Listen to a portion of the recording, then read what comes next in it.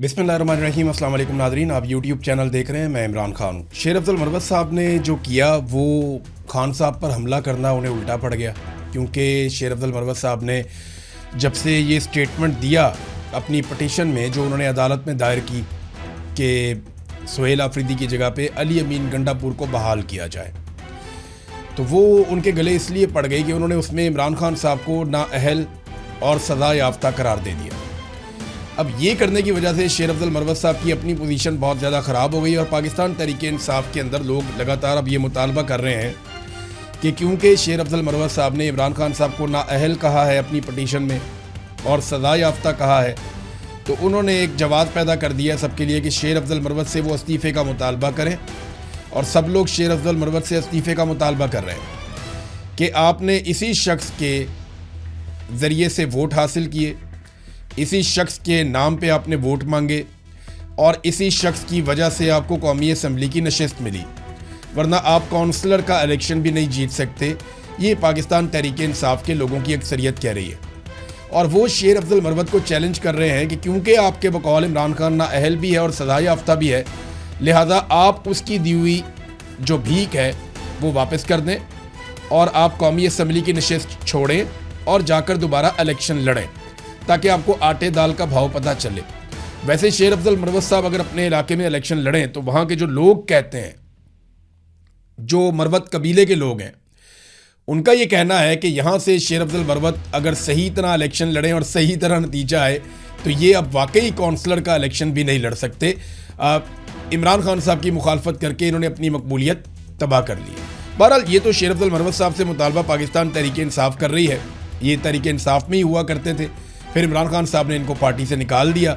अब वो इमरान खान साहब को अपनी पटिशन में नाअहल भी कह रहे हैं, सज़ा याफ्ता भी कह रहे हैं। हाँ, लेकिन गंडापुर से उनकी अच्छी दोस्ती है और वो चाहते हैं कि गंडापुर वापस आ जाएं उस सीट के ऊपर जिस सीट पे अब सुहेल आफरीदी साहब वज़ीर आला खैबर पख्तूनख्वा हैं।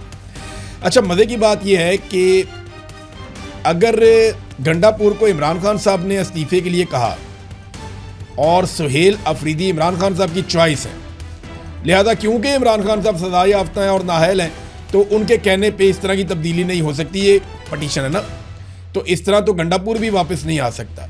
उसकी वजह समझिए आप, इमरान खान साहब को सज़ा हुई थी और वो नाअहल हुए थे 2024 के इंतखाबात से पहले। तो अली अमीन गंडापुर साहब जब पहली मरतबा वज़ीर आला खैबर पख्तूनख्वा बने तो वो इमरान खान साहब के हुक्म के मुताबिक बने थे, तो फिर तो वो भी हुक्म गलत हो गया। फिर अगर सुहेल आफरीदी आज की तारीख में इमरान खान साहब के हुक्म पर वज़ीर आला बने, ये काम गलत हुआ है, गैर आइनी या गैर कानूनी हुआ है, तो फिर जब अली अमीन गंडापुर 2024 में फरवरी में इमरान खान साहब की जानिब से नामजद किए गए वज़ीर आला के तौर पे, तो फिर वो नामजदगी भी बिल्कुल इसी तरह थी और उसी शख्स ने की। उस वक्त भी वो सज़ा याफ्ता थे और उस वक्त भी वो नाअहल थे। तो ये वाला नुक्ता शायद मरवत साहब मिस कर गए। अगर बचेंगे सुहेल आफरीदी नहीं तो बचत तो फिर अली अमीन गंडापुर की भी नहीं होगी। और अली अमीन गंडापुर ने अपनी पहली तकरीर में और कई मरतबा ये कहा था कि इमरान खान ने मुझ पर भरोसा किया, इमरान खान ने मेरा नाम दिया, इमरान खान ने मुझे वज़ीर आला खैबर पख्तूनख्वा बनाया। ये वो अपने मुंह से एक मरतबा नहीं दर्जनों मरतबा कह चुके हैं। तो अगर सुहेल आफरीदी नहीं बचेंगे तो फिर अली अमीन गंडापुर साहब भी नहीं बचेंगे। तो मरवत साहब का जो गेम है वो उल्टा पड़ गया, उल्टा उनके ऊपर तनकीद हो रही है। जो लोग थोड़े बहुत शेर अफजल मरवत के लिए कोई गुंजाइश रखते थे वो लोग भी अब शेर अफजल मरवत के ख़िलाफ़ हो गए हैं। बुशरा बीबी से जुम्मे के रोज़ मुलाकात करवा दी गई, क्योंकि मुलाकात तो आपको पता है मंगल को होती है, लेकिन कुछ चीज़ें तय हो रही थी और मैंने आपको बताया था पाकिस्तान तहरीक इंसाफ के साथ बातचीत की जा रही है कि बुशरा बीबी से मुलाकात करवा देंगे, लेकिन बातचीत बाहर नहीं आनी चाहिए। और ये बात जो है मोहसिन नकवी साहब कर रहे थे और पाकिस्तान तहरीक इंसाफ के लोगों से जो लीडरशिप है उनसे बातचीत हो रही थी। तो फाइनल ये हुआ कि बातचीत कोई बाहर नहीं आएगी। इमरान खान साहब किस हालत में हैं, उनकी हालत क्या है, वो क्या कहते हैं और उनका मूड क्या है, उनका कोई स्टेटमेंट ये बाहर नहीं आना चाहिए।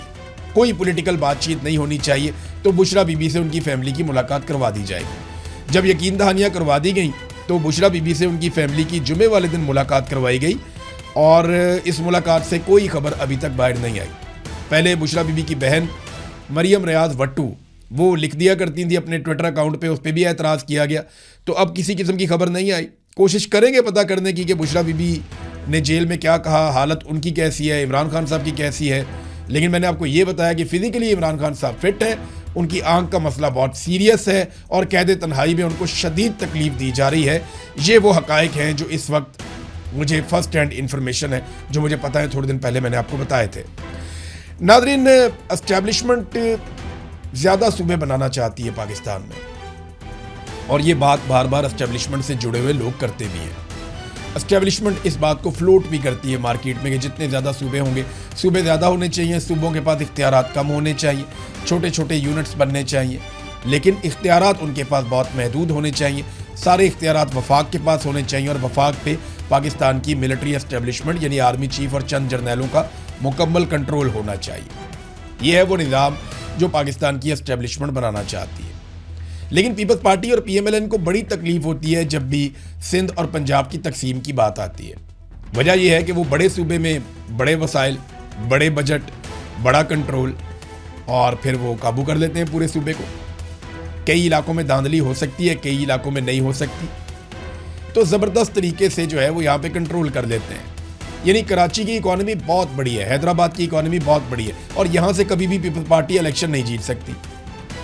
पीपल्स पार्टी इंटीरियर सिंध से जीतती है और फिर कराची पे और हैदराबाद पे भी राज करती है और उसके पैसे पे भी राज करती है। तो अब बिलावल ने बोलना शुरू कर दिया, मरसूं मरसूं सिंध ना डेसूं, यानी वो शुरू हो जाते हैं। एस्टेब्लिशमेंट के बाकी सारे जूते पॉलिश करते हैं, लेकिन ये इंतज़ामी बुनियादों पर सूबों की तकसीम के खिलाफ है। देखिए, मैं इस हक में हूँ कि सूबे तकसीम होने चाहिए, पाकिस्तान में ज़्यादा इंतज़ामी यूनिट्स होने चाहिए, लेकिन वो लिसानी बुनियादों पे नहीं होने चाहिए, सियासी बुनियादों पे नहीं होने चाहिए, वो होने चाहिए इंतज़ामी बुनियादों पर। फासले कम होने चाहिए, सहूलियात ज़्यादा होनी चाहिए, लोगों का टैक्स लोगों के ऊपर खर्च होना चाहिए, आबादी के एतबार से सबको हिस्सा मिलना चाहिए, तमाम सूबों में रहने वाले लोगों को यकसां तालीम के, सेहत के और आगे बढ़ने के मौके मिलने चाहिए। लेकिन पाकिस्तान की एस्टेब्लिशमेंट का फार्मूला कुछ और है और पाकिस्तान की जो पॉलिटिकल एलीट है उसका फार्मूला कुछ और है। ये अपने अपने मफाद के बारे में सोचते हैं, पाकिस्तान के मफाद के बारे में नहीं सोचते, फिर आपस में लड़ते भी हैं इन चीज़ों पे। नाज़रीन, इस वक्त फील्ड मार्शल ने अपनी कोशिशें काफ़ी तेज़ कर दी हैं, वो पूरी कोशिश कर रहे हैं किसी तरह ईरान को मना लें उन शराइत पे जो अमेरिका ने भेजी हैं। ईरान ने जो वापस तजावीज़ भेजी हैं अमेरिका को वो काबिल कबूल नहीं है। डोनाल्ड ट्रंप ने जुम्मे वाले दिन दोबारा अपनी कौमी सलामती कमेटी के अहम तरीन मुशीरों से मुलाकात की, और उसमें जो सबसे अहम बात है वो यही है कि लड़ाई अगर दोबारा करनी है तो कैसे करनी है और कब शुरू करनी है और कितनी ज़्यादा उसको लड़ाई को बढ़ाना है इस मरतबा। देखिए ना, खलीजी ममालिक के अपने तहफ़्फ़ुज़ात हैं। उन्होंने पिछले दिनों डोनाल्ड ट्रंप को लड़ाई से साफ मना कर दिया था, और जो मेन रीज़न था लड़ाई से मना करने का वो ये था कि बंदोबस्त नहीं है अपने आप को बचाने का, क्योंकि ईरान बड़े पैमाने पर वापस अटैक करेगा। और ईरान ने ये साफ कहा है कि जब वो वापस अटैक करेगा तो वो ऑयल तनसीबात को भी निशाना बनाएगा इस रीजन में जहाँ जहाँ पे अमेरिका के मफादात हैं। तो अरब ममालिक का तो बहुत नुकसान हो जाएगा, अरबों डॉलर्स का, जो वो नहीं चाहते। तो एक तो खलीजी ममालिक के तहफ़्फ़ुज़ात हैं, यूरोपीय यूनियन के तहफ़्फ़ुज़ात हैं, अमेरिका मार्केट में अकेला है जो इस लड़ाई को लड़ना चाहता है इसराइल के साथ मिलकर, और ख़ित्ते में कोई और सपोर्ट मिल भी नहीं रही। दूसरा, ईरान के पास अभी हथियार बाकी है, वो वापस मारेगा। नाज़रीन, अब तक हमारे पास इतनी खबरें हैं और अब तक के लिए इतना ही। अपना ख्याल रखिएगा, अपने इस चैनल का भी। अल्लाह हाफ़िज़।